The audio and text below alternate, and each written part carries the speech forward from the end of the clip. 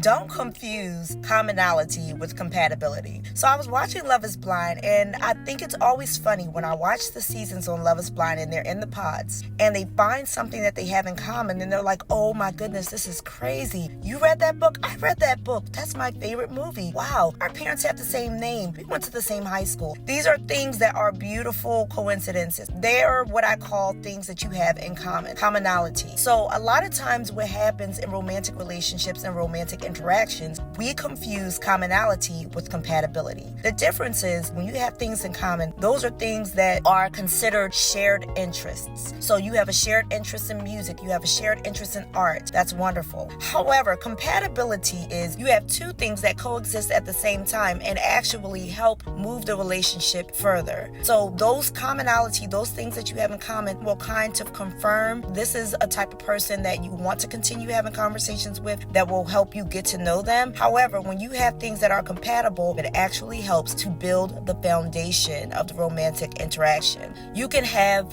two people who are vastly different, and guess what? It could completely work for them. Have you ever met a couple where you're like, wow, I don't even know how they function, but they function because there's compatibility in their relationship. There's something in the relationship that coexists, okay? Coexisting means that something works together in the same space at the same time. And that's why commonality cannot be confused for compatibility. Don't base the entire foundation of your relationship on common things. For practical purposes, it's important to be compatible with that person because that practicality is what's going to help not only build the foundation of your relationship, but it's going to help carry it through tough times. It's so easy to get along with someone when you agree. It's even harder to find things that are not like you, make it work and make it function healthily in a relationship. And this is why the strongest relationships are those that can have differences and still learn how to work together and still learn how to get along. I think it's beautiful that people can find love and they can find things in common with the person. However, I think it's more beautiful